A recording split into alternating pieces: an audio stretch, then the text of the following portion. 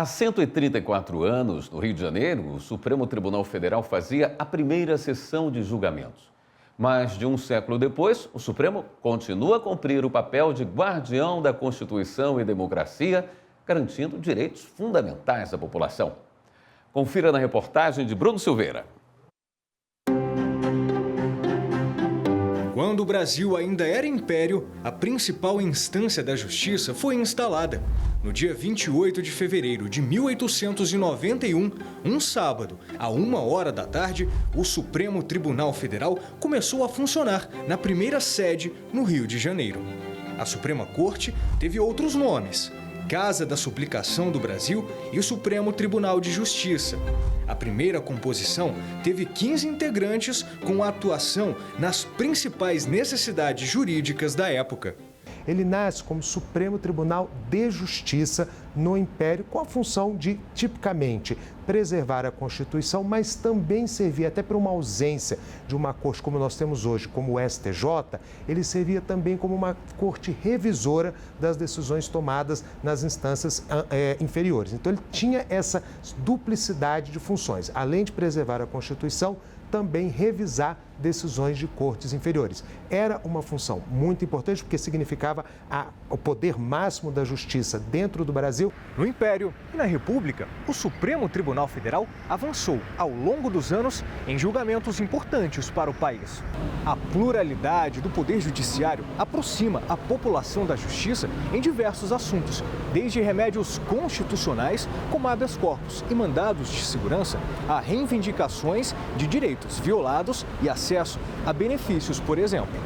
O judiciário brasileiro julga questões como a aposentadoria do INSS, conflitos agrários, disputas de direito do consumidor. É um judiciário aberto, espalhado por todo o país. Não está só nas capitais, está no interior, está em barcos junto às comunidades ribeirinhas, está em vilas rurais. A partir dessa grande penetração, nasce e se consolida essa cultura de cidadania judicial, provocar a justiça, não ter medo disso. Como o Supremo é o órgão de cúpula de todo esse poder judiciário, cabe ao Supremo reafirmar esses valores. Decisões importantes marcaram a história da Suprema Corte. Os ministros atuaram no plenário e nas turmas, garantindo direitos fundamentais para populações, além de definir medidas para evitar a violação de questões ambientais, religiosas e também estabelecer critérios para o uso e a aplicação de pesquisas científicas. Nos últimos 10 anos, os últimos 20 anos, há casos que são históricos. O caso das pesquisas com células-tronco embrionárias, quando o Supremo falou que entre eventuais superstições ou resistências ao avanço da ciência e as conquistas da ciência, ele fechava com a ciência, porque essa é a vontade da Constituição. Quando o Supremo Tribunal Federal disse que o Estado não tem que tomar parte nas decisões pessoais no que digam respeito a quem você vai entregar o seu afeto, quem você vai dividir sua existência, julgando o caso das uniões homoafetivas. E mesmo com o empenho para proteger a população brasileira, o Supremo foi alvo de ataques antidemocráticos em 8 de janeiro de 2023.